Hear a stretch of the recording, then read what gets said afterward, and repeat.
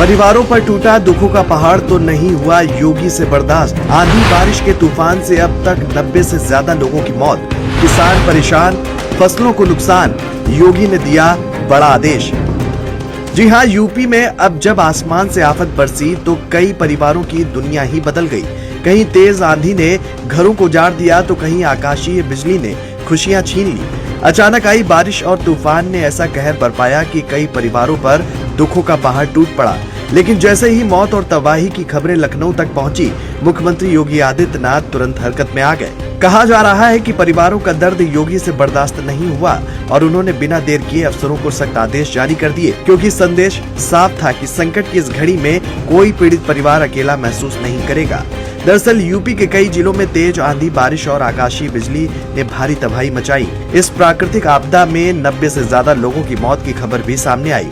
सिर्फ इंसानी जान ही नहीं बल्कि कई जगह पशुओं की भी हानि हुई और किसानों की फसलें भी प्रभावित हुई। कई परिवारों ने अपनों को खो दिया तो कई किसानों की मेहनत पर मौसम की मार पड़ गई।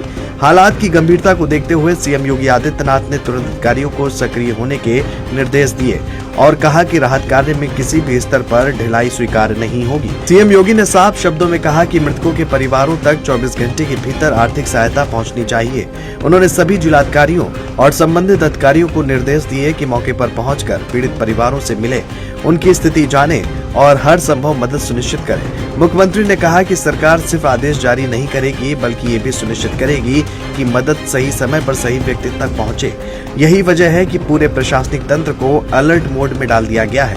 यही नहीं, योगी सरकार ने नुकसान के हर पहलू पर नजर रखने का फैसला लिया है। राजस्व विभाग, कृषि विभाग, बीमा कंपनियों को भी तत्काल सर्वे करने के निर्देश दिए गए हैं। मकानों को कितना नुकसान हुआ, कितनी फसलें बर्बाद हुई, पशुओं को कितना नुकसान पहुंचा और अन्य संपत्तियों पर क्या असर पड़ा, इसकी पूरी रिपोर्ट तैयार करने को कहा गया है। जैसे ही रिपोर्ट शासन तक पहुंचेगी, मुआवजा प्रक्रिया को तेजी से आगे बढ़ाया जाएगा ताकि किसी परिवार को मदद के लिए लंबा इंतजार न करना पड़े।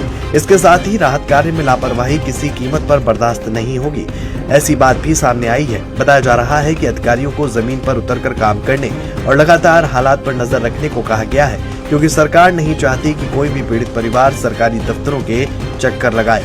फिलहाल इस तबाही के बीच सबसे बड़ी बात ये सामने आ रही है कि संकट की घड़ी में सरकार ने तुरंत प्रतिक्रिया दी है।